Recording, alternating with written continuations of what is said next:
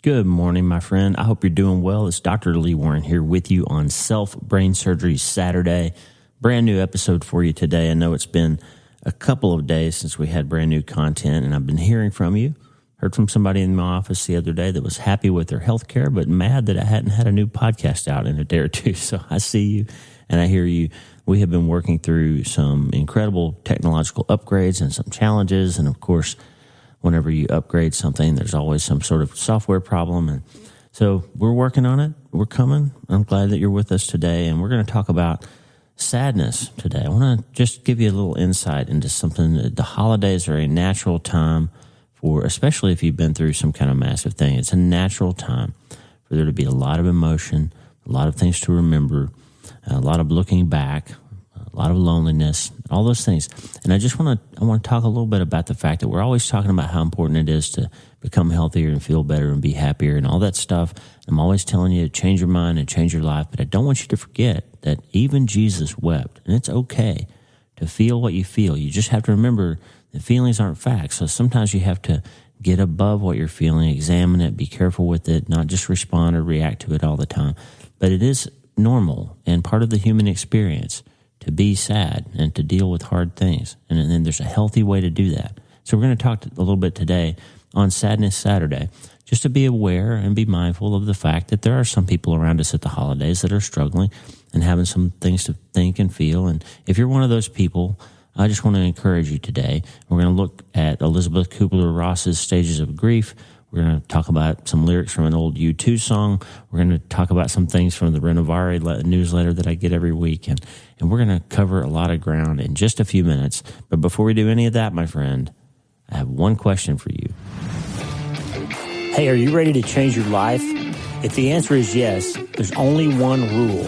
You have to change your mind first. And my friend, there's a place where the neuroscience of how your mind works smashes together with faith, and everything starts to make sense. Are you ready to change your life? Well, this is the place, Self-Brain Surgery School. I'm Dr. Lee Warren, and this is where we go deep into how we're wired, take control of our thinking, and find real hope. This is where we learn to become healthier, feel better, and be happier. This is where we leave the past behind and transform our minds. This is where we start today. Are you ready? This is your podcast. This is your place. This is your time, my friend. Let's get after it.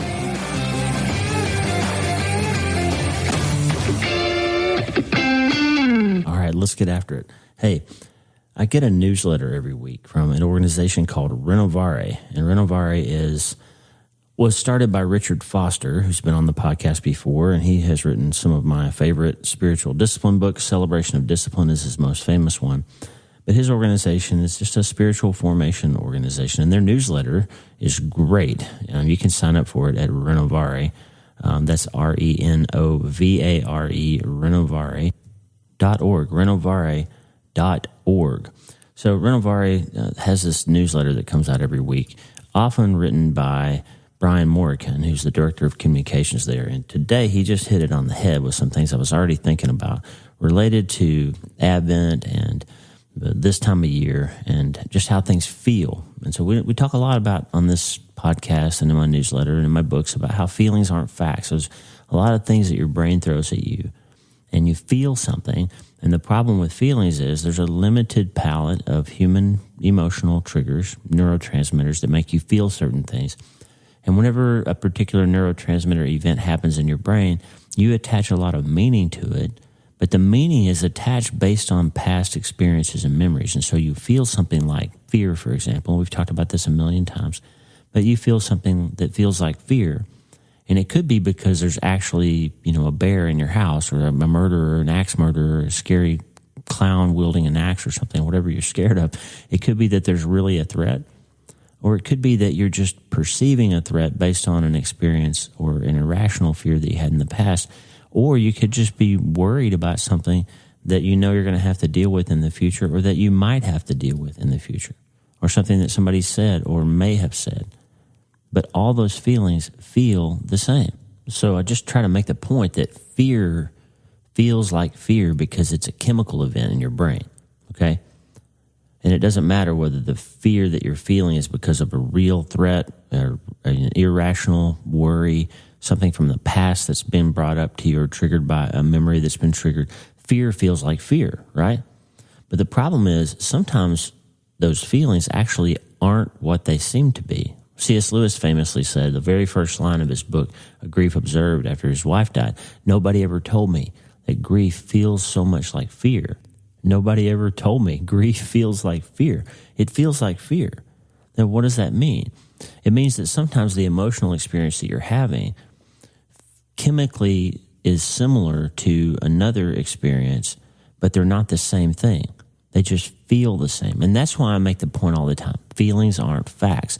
What they require is self-brain surgery. They require you to biopsy them and understand why you're feeling what you're feeling and make the right diagnosis. So we don't want to make a bad operation based on a bad diagnosis, right? So one of the ways of becoming healthier and feeling better and being happier and managing our lives is not to deny that we feel things, but to be careful diagnosticians, just like a good surgeon would be. If you're one of the Society of Self-Brain Surgery members, then this is something we're going to drill into with the paid content. And by the way, you can become a paid member of the podcast to help support and promote and help us buy all this new gear that we need to do the video and all the things that we're doing. If you want to join us and become a paid member, you can get the membership at wleewarrenmd.com/join, Join, wleewarrenmd.com/join. There's going to be all kinds of great things for the paid subscribers as you help me write the next book for self-brain surgery. So if you're one of those people, you're going to get some extra content. We're going to go a little deeper on this, wleewarrenmd.com/join. Nevertheless, we teach this procedure called the Bad Thought Biopsy, or just the thought biopsy procedure. We talk a lot about it in my new book, Hope is the First Dose. And as a further aside, I just found out this morning, I can't believe I didn't already know this, but if you are if you're a paid member of Spotify, if you listen to music or podcasts or whatever on Spotify, if you happen to be a premium member of Spotify, you can get all my books, audiobooks for free as part of your membership to Spotify. Just randomly on Spotify this morning, doing some worship, listening to my friend Tommy Walker's song, a couple of his songs this morning. And I noticed a little pop-up for audiobooks, and I checked on it, and I found Beth Moore's new memoirs on there for free. And I thought, I wonder if my book's available. And I typed it in, and sure enough, you can listen to my book with no additional charge if you're a Spotify premium member. So if you haven't read Hope is the First Dose, or I've seen the interview, or any of my books, and you are a member of Spotify already, you don't have to buy it through Amazon or anywhere else. You can go right to Spotify and find that book. So I thought that was really cool. Nevertheless, as I said in my book, Hope is the First Dose, we can learn how to biopsy our thoughts. And sometimes they're true, okay? And sometimes the thought that you're having that's prevailing in your mind and giving you difficulty concentrating or dealing with something, sometimes that thought is actually true. An example of mine happened yesterday. I'm just going to be real vulnerable and real honest with you for a few minutes here. I woke up yesterday and I was sad, and I didn't know why. I was literally had tears coming out of my eyes when I woke up yesterday morning at 3 o'clock in the morning. And I got up and began to do my Bible study and my worship time, and I was weeping. And I looked at Mitch's picture. I talked to Jesus about it. I didn't really understand. I know we're getting close to the 11th Christmas since we lost him. And I was just sad. And then I started biopsying my thinking. Why am I sad? Nothing happened today to make me sad. And then I remembered the day before, I received an email from a family. I don't have their permission to share the story, so I hope to get that out. I actually would love to share this story with you sometime. But they had a little child, young child, brilliant kid, doing well in school, doing well in sports, and one day playing sports, and the next day collapses and goes to the ICU and ends up passing away from a really rare disease that just showed up and in one day took this child's life. And they sent a link to a video where the child had done some singing, and it was amazing, beautiful, talented young child, and then a link to the memorial service. And Lisa and I watched that stuff when y'all send it to us. And we listened to this memorial service and people talking about this young child's life. And the big question was just why? Like, why, God? Why does this happen? Why do these things occur? We don't know, and we don't understand, and we just can't make sense of it. And so I recognized that I had that empathy and that another family is going through that recent loss of a child. And so I understand that right before I went to sleep, On Friday, I had, those kinds of thoughts in my head. So obviously, emotionally, my brain linked up my feeling of having lost my son Mitch with the loss of this child from this other family, and I had this empathy and all that. So I wake up and I'm tearful and I don't know why. And here's what happens, okay? What happens is when you feel an emotion, then your brain says, oh, when that chemical event occurs, it means I'm sad, right? It means I'm sad. It means I'm anxious. It means I'm depressed. It means I'm afraid, whatever the trigger is. And you have to then be careful, because if you've had a past experience of when you're sad, you do a certain thing, okay? When you're sad, you open a bottle. When you're sad, you take a pill. When you're sad, you turn on Netflix. When you're sad, you go to Amazon and shop. When you're sad, you send a text message to that person who comforts you but ought not to be. When you're sad, you do this thing, right? Or when you're sad, you go down a thought process. You go down a staircase.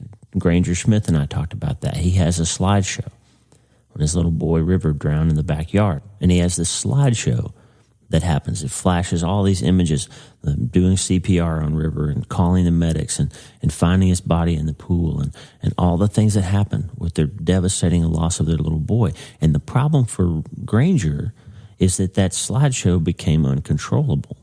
He started following it down this stream of thought, and he was seeing all the social media posts of terrible people out there saying, oh, he was neglectful and his child died, and if he hadn't been a star, he would have been in prison for, manslaughter, and all these horrible things that people said on the internet because Granger was a celebrity and he and his family, had people attacking them when they didn't even know them. And so that slideshow with Granger ended up on a tour bus with him drinking alcohol and having a gun in his hand and almost taking his own life because he let the slideshow and the feelings get away from him, okay? He didn't learn for a long time to biopsy that thought and say, wait a minute, yes, my son died. Yes, I'm terribly sad. Yes, it was devastating, but I'm still alive and God has a plan. I've got a wife and 3 other kids and I've got a purpose and all that stuff that you can hope yourself out of that hole if you're careful and diligent with your thinking, okay? Well, for me, the same thing happens, except for me, instead of a slideshow, it always felt like a staircase. It felt like there was this dark staircase that I went down to, and there was a door at the bottom, and I had this sense in my heart that if I could just open that door, I could get to Mitch and maybe be with him in his dying moments and help him, maybe save him, and maybe take his place. I had this clear mental image that I was supposed to go down there. And I realized over time that he wasn't there. I mean, the Holy Spirit rescued me from that line of thinking when I learned how to biopsy my thinking and change my mind about the fact that I can't go to some place in the past where my son is because he isn't there. He's with his Creator. I can't go back in the past and make any of that different. I can't change it. But what happens still is something triggers the sadness, and if I'm unaware of it, if I'm not sort of introspective about it, I'll go down that staircase again. And then I'll spend a day being kind of grumpy or sad or unable to make good decisions or not moving forward in my life now, or, irritable with Lisa or something because I'm not paying attention to what's triggering the feelings that I have. And today I just want to give you some perspective on that because I don't want you to think when we talk about changing your mind and changing your life and trying to become healthier and happier and more hopeful and all that stuff, I don't want you to think that means you won't ever feel sad, that there's going to come a time when you stop being sad about the things that happened, because that's not true. You and I live in this crazy mixed up reality where we've been through hard things and we have a beautiful, purposeful life also at the same time. They're both and, not either or. We've talked about that a lot, and I wrote about it a lot. The and or but. The massive thing can't be the only thing. It has to be a thing. And learning how to switch that and learning how to be careful not to go back into it is one of the keys of navigating even hard times of the year like this one.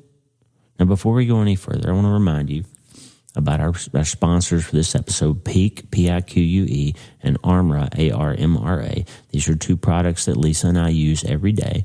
I mix them up in my Athletic Greens. It's a nutrient, probiotic, prebiotic, vitamin, mineral substance that I drink every day. I'm not a paid affiliate of Athletic Greens, but I do drink it every day. And I'll just remind you, if you're going to add a supplement to your diet or any kind of major change in your health, especially if you have chronic health issues or take medications, or if you're older, talk to your doctor before you add something. But Pecan and Armra help with immune system support. They support gut and the gut-brain interface, which is so important because I've told you before that your gut is like a USB port, and what you stick a thumb drive in there, and your brain gets everything that goes into your gut. If you're going to build new synapses and change the way you think and become more resilient, you got to have good building blocks. Because if you build a house out of terrible materials, then you're going to have a terrible house that's not very strong. And the same thing happens. The nutrients that you put into your gut become antigens that you create disease around, or they become building blocks for the things, the proteins and the molecules in your brain that you need.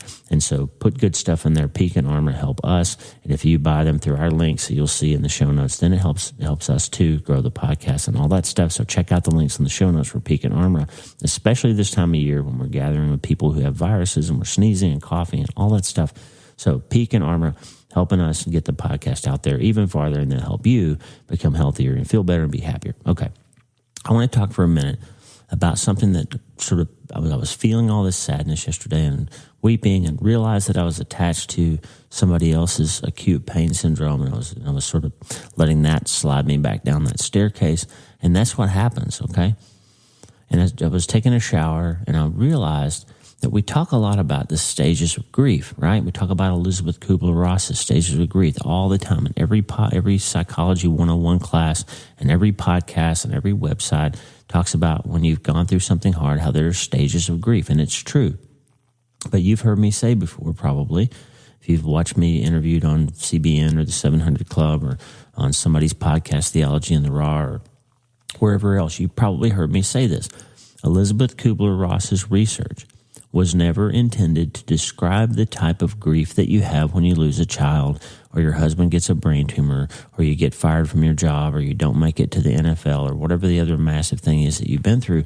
The stages of grief that she described were very specifically based on her research of what people do when they find out that they are dying. She was specifically looking at people with terminal illnesses and the way that they process that information as they address the fact that they're dying and go through the process of losing their life from a disease.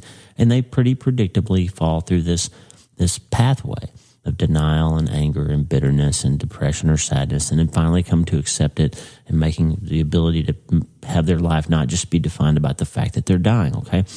The problem is that model has been widely discredited when you try to apply it to any other type of grief or loss that you've gone through. Especially doesn't work in trauma, okay?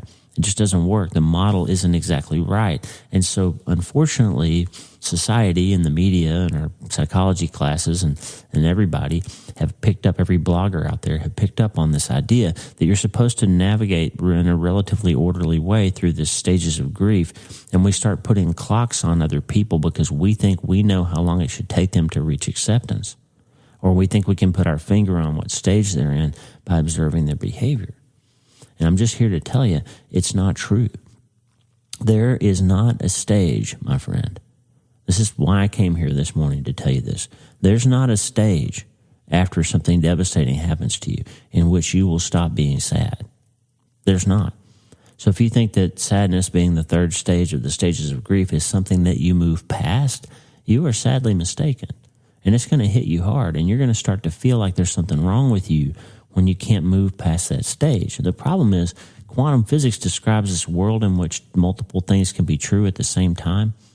And for me, that's a breakthrough. So as a scientist, as a nerd, I was more of a mathlete than an athlete. And as a nerd who thinks about such things, it made perfect sense to me that when I understood that Jesus said, in this world you will have trouble, and he also said that I came to this earth so you could have an abundant life. When he said those things, and then Hebrews tells us it's impossible for God to lie, and his gifts and his promises are irrevocable, that when I saw that all those things, if it's impossible for God to lie, if he never breaks a promise, then those two things have to be true at the same time, that you can have a hard life and an abundant life at the very same time. And so what I'm here to tell you is, if you think that there's a stage that you get to graduate from where sadness is in the past over what happened, you're going to be really confused. Because if you don't have if you don't have some way to turn off your brain and stop thinking about it. You'll have to square up at some point that you have cognitive dissonance around this idea that you're supposed to not be sad anymore, but you know you are. And when cognitive dissonance rises up, we treat that. We become unable to avoid treating it with something to try to make it numb, so it stops driving us crazy. And unfortunately, that's when people turn to the hydrocodone or to the alcohol or to the pornography or to the gambling or to the shopping or to the whatever. They turn to something to try to numb their brain from the fact that they know something that they say is true is not true. I've moved past this, I'm healing from it, but I know I'm not. Or they finally acknowledge, I just can't stop being sad, and that means there's something wrong with me, and I'm stuck. And the fact is, there's nothing wrong with you. My son died 10 years ago in August. This is our 11th Christmas coming up without him. And I am as sad about that right now as I was the day it happened. But you know what's weird? At the same time, the Lord has created purpose and meaning out of that pain. And he's allowed us to find a life where we still have this incredible family, and our granddaughter Scarlett and our grandsons George and Jace and Riker and our other 4 children, Josh and Katie and Kimber and Kaylin and their spouses now, all of them married. And I'm just telling you that there's a life that has come alive. And in some ways, none of that would have been possible if we hadn't gone through what we went through. Go back and listen to me and Granger talk, and he talks about how they had another child and how he came to know Christ and all these things that happened after he lost River that would not have happened if he hadn't lost River. And the quantum physics duality that's weird about all that is it doesn't make it less sad. It doesn't make you wish that you're glad that it happened. It doesn't make that. It just means that it's both and. That these things are true. And you can live this life where you have some true things happening in spite of the hard thing. So as it's sad that there's no stage where there's no sadness, and there's no stage equally true, this is equally true, there's no stage of grief where the thing that happened didn't happen. It always happened. Remember Gabor Mate said, trauma is not what happened, because what happened is out there, and it is true that it happened. I lost my son, your husband got glioblastoma, your wife left you, your father abused you, whatever it was. That thing happened, okay? You went to war, you got bombed, you saw babies blown up and burned and all those things that I have in my brain. I have a memory of a guy that came off the helicopter where a bomb had gone off and it blew a guy up, and the guy that got blown up, his lower leg impaled this other guy in the chest. The broken shard of his tibia went through this guy's chest. And so I saw with my eyes this guy, my son-in-law Nate was with me.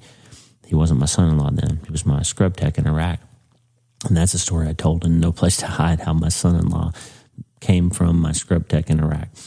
Anyway, we saw this guy, we helped this guy coming off the helicopter who had the lower leg, including the pants and the boot of another human sticking out of his chest. I can't stop seeing that, okay? That's part of the trauma that wraps up my brain that I've got in my head and my heart. And once in a while, that image pops back up. And I can't make that not have happened, okay? It did happen. But what Gabor Mate said is trauma is not what happened. It's your response to what happened. And the good news is you can change your response to what happened. You can learn how your brain triggers certain chemicals and certain feelings, and you can learn that those things are not happening in real time. You can observe them as an observer of something that happened in the past, and you can understand based on all that you've learned and all the growth and change that you've done, you can learn to observe them and interact with them in a different way, to say, yes, that horrible thing happened. Yes, I will never stop being sad about that. Yes, that traumatized me. Yes, I miss my son. But I also have a great life now. I've got an ability to move forward. I've got an understanding that that thing that happened doesn't have to be the thing that happened in my life. That massive thing doesn't have to be the thing. But what happens is, and this is where I'm going to circle back to Renovare as we started this episode, what happens here is sometimes you get sad and something devastating happens. And you just say, why, God? Why does all this stuff have to happen? Why? And U2 wrote a song a long time ago called Peace on Earth, and there's a quote, a verse where he says, Jesus, in the song you wrote, the words are sticking in my throat, peace on earth. Hear it every Christmas time, but hope and history won't rhyme. Hope and history won't rhyme. What's he saying? He's saying the world's got all kinds of bad stuff happening in it, and it doesn't feel very hopeful. And history just keeps showing us over and over that hard things occur, and we've been through these massive things, and it doesn't feel very hopeful sometimes. And so this guy that's the director of communications for Renovare, Brian Morgan, wrote this great post yesterday that was titled "A Fast and Slow Rescue." And here's what he's talking about. We cry out to God, and we want him to rescue us. We want him to grab us and pull us up out of this problem and rip us out of this painful world, or make all our problems go away. And somehow, because of the secular theology around us in the world, we somehow believe that God doesn't care about us unless he makes things stop hurting, or unless he makes stuff stop happening that's hurtful to us. And somehow we convince ourselves that because there's suffering that God can't be real, or he can't love us, or he can't be faithful, or any of those things. But the truth is, you got to look at the fact that there is a long narrative arc to the story of God's rescuing you. And if you read the Bible, in fact, if you're reading the Bible Project, One Story That Leads to Jesus with us that you started in January, and there are a number of listeners are reading that with us every day. We're almost at the end of this long story that started on January 1st that tells the whole story of human history. And we're going to get to Revelation, and I don't want to spoil it for you if you've never read it, but we win. God keeps his promises. He is going to rescue you. And friend, the rescue is certain. There will come a time when Psalm 103 comes true. You can wake up and pray that every morning like I do, and you can pray it over Tommy Walker music, and you can look at Jesus and say, "Bless the Lord, O my soul. Let all that is within me bless his holy name. Bless the Lord, O my soul. And forget not all his benefits." And then he lists 5 benefits of blessing the Lord that you get from being a person who loves the Lord. And here's what they are. He forgives all your sin. He heals all your diseases. He redeems your life from the pit.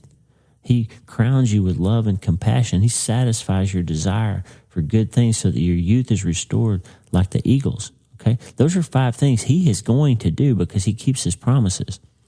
And so when you say, wait a minute, he doesn't heal all my diseases because my husband died of glioblastoma, or he doesn't redeem my life from the pit because my son got stabbed to death. Yes, but you got to look at the long narrative arc. Okay?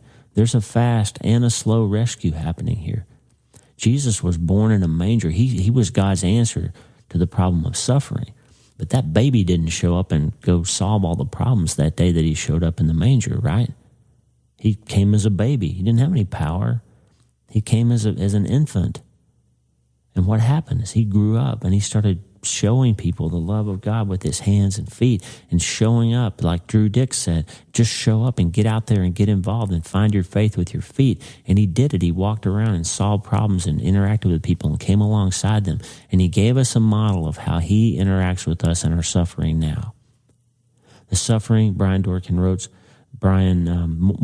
writes, the suffering that surrounded Jesus throughout his life and the suffering he experienced firsthand did not suffocate him. Humanity's hurt moved him. It did not overwhelm him. Sin broke his heart, but it did not break his joy. The birth and life of Jesus did change everything. It changed everything, but not in the way or on the timetable we had hoped. And listen to this. Brian wrote this beautiful piece. In the incarnation, God is saying this: life on earth matters. People matter. Pain matters. God's paying attention. And he says this: when I made all, God says, when I made all, I made in the way I made it. I knew what I was doing. I understood the cost of free will, which I know may seem hard to believe, so I'll take on your frame.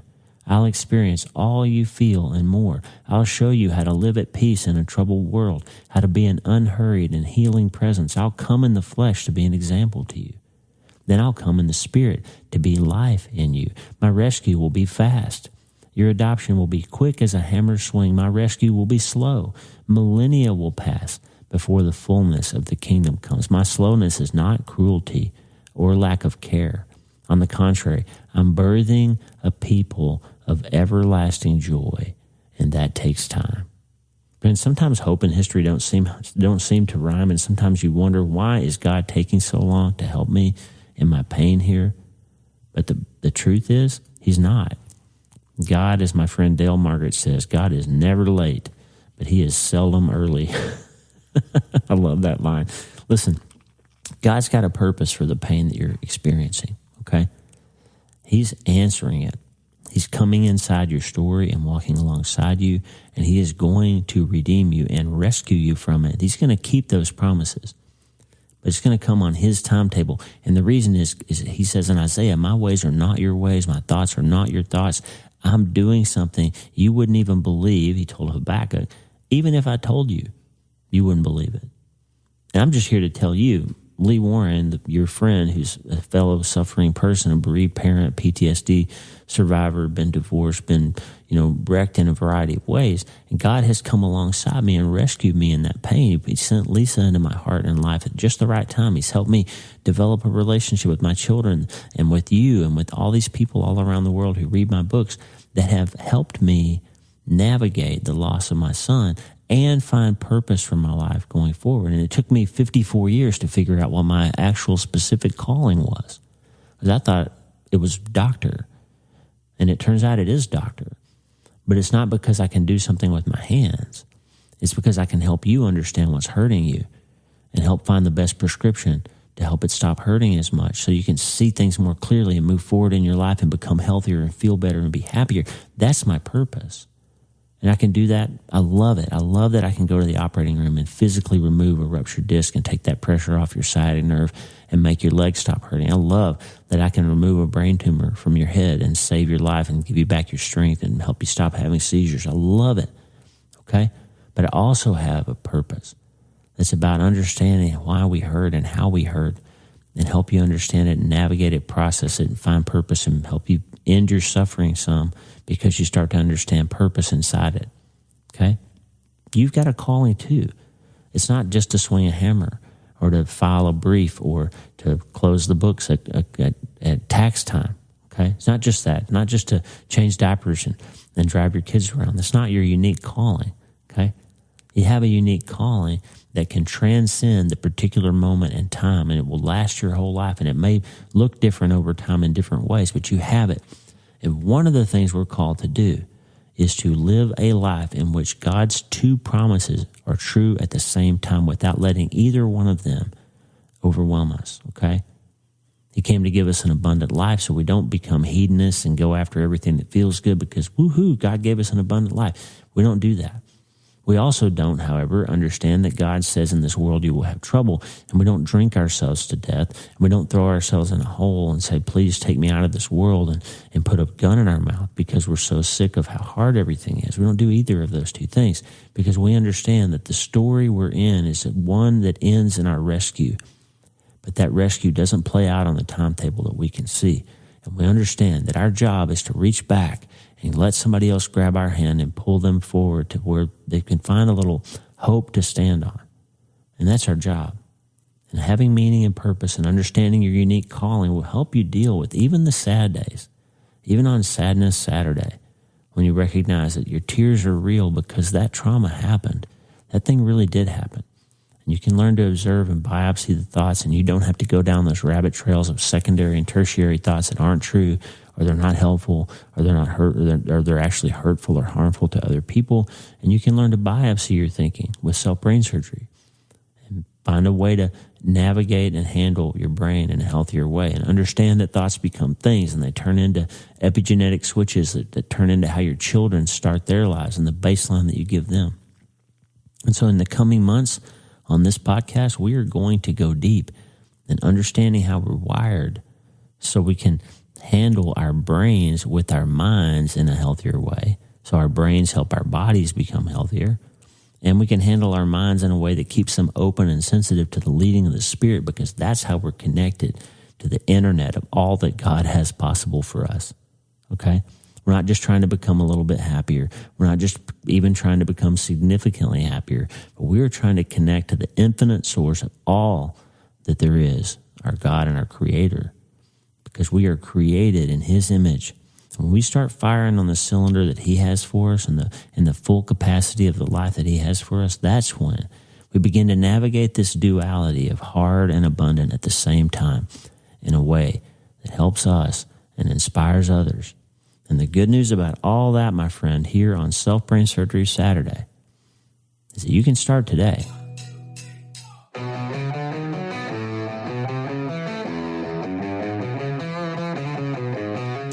Hey, thanks for listening. The Dr. Lee Warren podcast is brought to you by my brand new book, Hope is the First Dose. It's a treatment plan for recovering from trauma, tragedy, and other massive things. It's available everywhere books are sold, and I narrated the audiobooks. Hey, the theme music for the show is Get Up by my friend Tommy Walker, available for free at TommyWalkerMinistries.org. They are supplying worship resources for worshipers all over the world to worship the Most High God. And if you're interested in learning more, check out TommyWalkerMinistries.org. If you need prayer, go to the prayer wall at wleewarrenmd.com/prayer, wleewarrenmd.com/prayer, and go to my website and sign up for the newsletter, Self Brain Surgery, every Sunday since 2014, helping people in all 50 states and 60-plus countries around the world. I'm Dr. Lee Warren, and I'll talk to you soon. Remember, friend, you can't change your life until you change your mind. And the good news is you can start today.